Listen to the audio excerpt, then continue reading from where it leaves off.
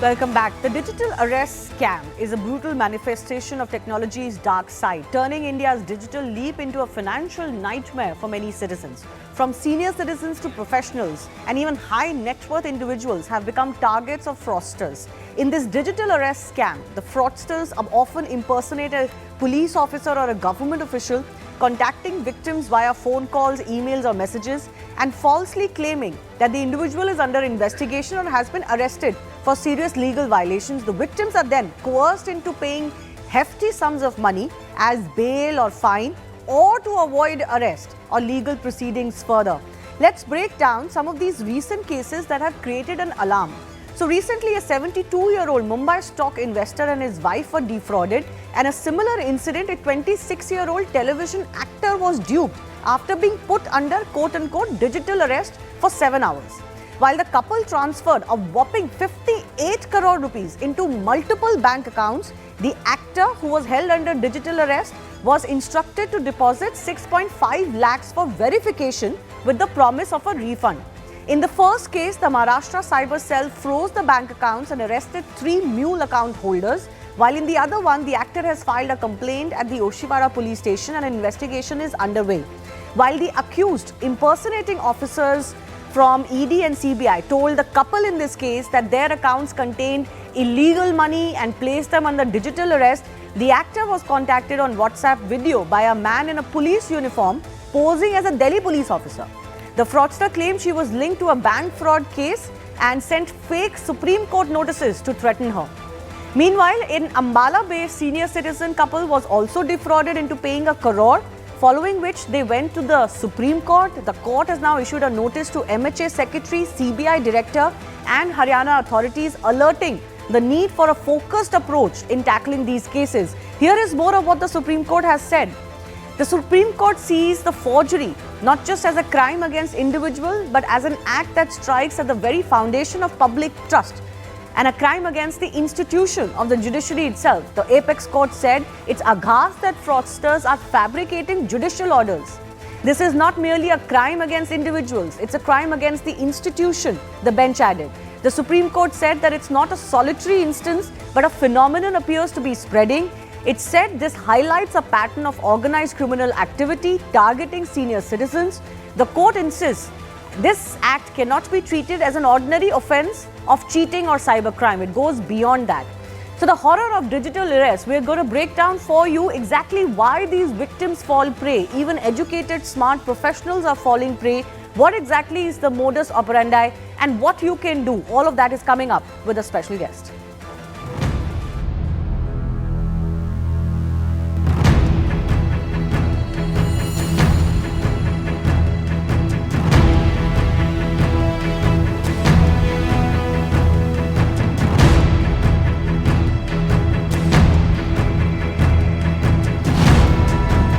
He has been told that they are ED and NIA officials, and apparently that senior citizen's name has reflected in the investigation of Pahalgam attack. हमने अब तक 7 आरोपियों को गिरफ्तार कर लिया गया है और साथ ही साथ लगभग 4 करोड़ रुपए हमने फ्रीज कर दिए हैं।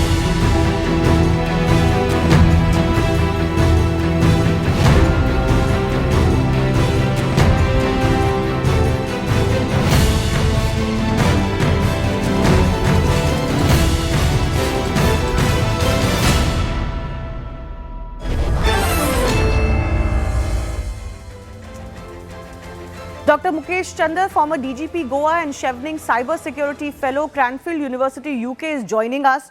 The first question, Doctor, I want to take up with you is, you look at some of the cases that are coming to light. In one case, somebody is told your name has come up in the investigation of Pahalgam attack. Now, that is as outlandish as it gets for an ordinary citizen who would otherwise have nothing to do with such activity or such cases. Why do even educated professionals, smart individuals on digital platforms who would have awareness, why are such people falling prey to such outlandish claims being made? See, the basic human psychology and the weakness these criminals are exploiting. One is fear. In this case, the name of ED, CBI, NIA or any other government agency is used And the moment this name is used, many educated people will lose the rational thinking process, and they'll taken off by panic. And in that panic mode, they will not have access to any other thing, and they're sort of hypnotized, and they start doing whatever the fraudster is wanting them to do. The basic reason is that in the general public there is so much of fear of these agencies, that process sometimes itself is the punishment, and therefore they would like to avoid. The other thing is the awareness. There is very little awareness about the legal system, the criminal justice system among the common people. A very simple thing for the whole of India to understand is that there is no such thing called digital arrest in our legal system. So the moment they say that you are under digital arrest, presume that it is a fraud, and any other thing, any other document which follows is also a fraud. And one should immediately report it to 112 or 1930, or call your bank, chartered accountant, advocate, or cyber expert, or at least send any of your friend who would may be able to give you a good advice, so that this scam is prevented. And in case of a cyber arrest, we have seen that this goes on for several days, several weeks, even more than 1 month. And in that entire period, at least one slip you can always slip to your family members or your friends, and try to take this help. Yes. Nobody can come to your house and do, and these arrests are not made the way they claim. Yeah. No, this captive mentality is actually very fascinating as far as these cases that are emerging, because many of them are high net worth individuals. They're clearly targeted because of that. They are educated, they are professionals, they understand how some basic legal processes work. But you're right, the fear of the process alone, even if they feel they could be wrongly implicated in a case, is so high that people would want to settle that instead of, you know, fighting it legally. And I think that's an indictment of how scared the general public is of being embroiled in any legal case. Yes, you're right. See, one should always have a faith in the criminal justice system. If you have not done anything wrong, there's nothing to fear. But for various reasons, this fear exists of the police, of the agencies, and as we call in Satyamev Jayate, Satya ki hamesha jeet hoti hai baad mein. But that baad mein is so late sometimes that you want to avoid it at any cost, even if you are innocent and you have not done anything wrong. Yes. You are not prepared to face those consequences which may follow.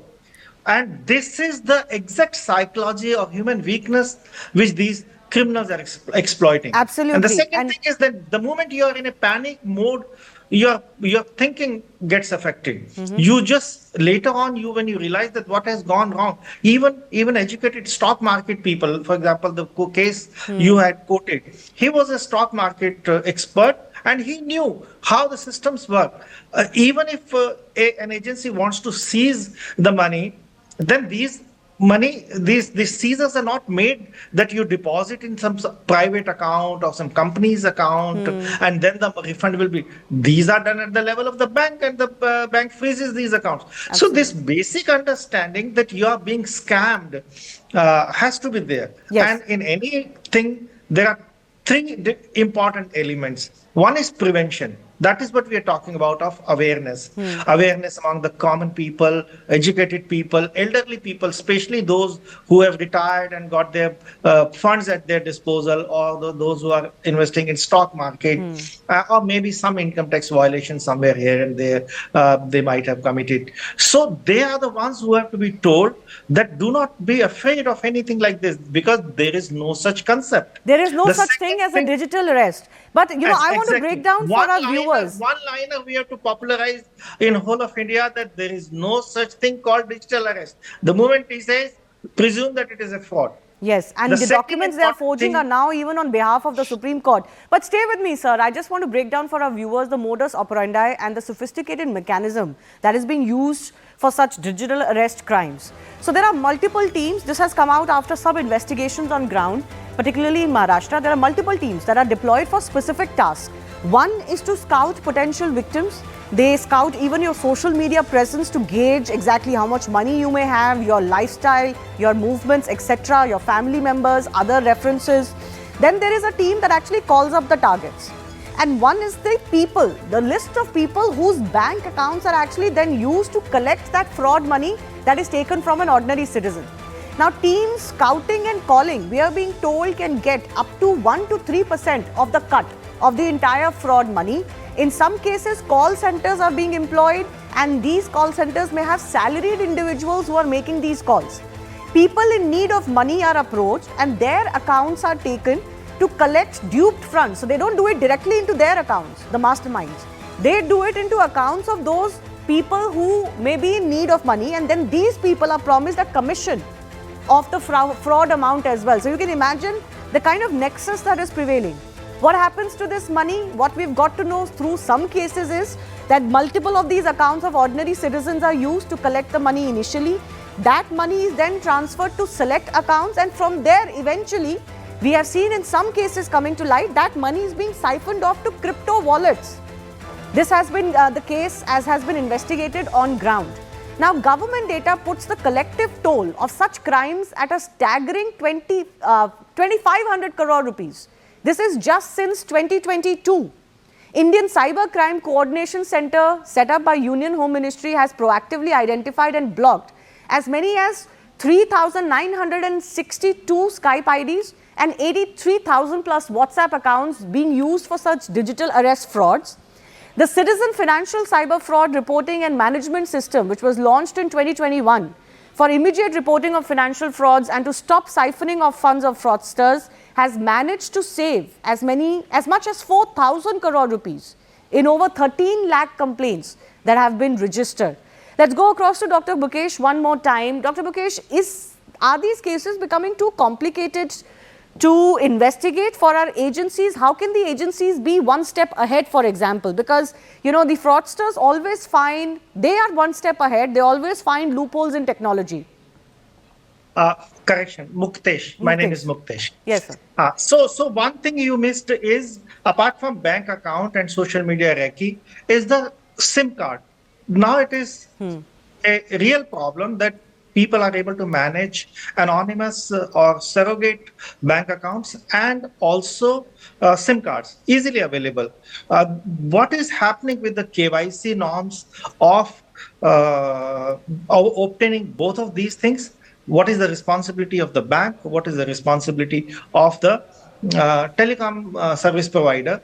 I think somewhere they are also failing in fulfilling this, because cyber criminals know that based on the number you will not be able to trace them, and also from the bank it is a mule account. Somebody's account has been misused. He's not aware that some account has been opened in his name. So this anonymity is one problem which police is facing, and sometimes these bank accounts are given on rent. So a small amount of cut is given to the owner, and the rest of the transactions are done by them. Thousands of accounts are used. So I believe that there is a responsibility of the banking system as well as the telecom service provider, and those who are involved into it should be penalized very heavily. I think that is one. These two things are the tools which cyber criminals use. Easy availability has to be stopped, and those who are responsible should be penalized. The other thing is that the investigation is spread over several states, and the police officer has to travel from one place to another place. A lot of these data is to be required. So it is, I think, in my opinion, there is a time that for a particular amount, if the cyber fraud is more than that, a centralized agency should take over these crimes so that the investigation is coordinated all over India simultaneously, just like CBI, NIA or something like that. I know that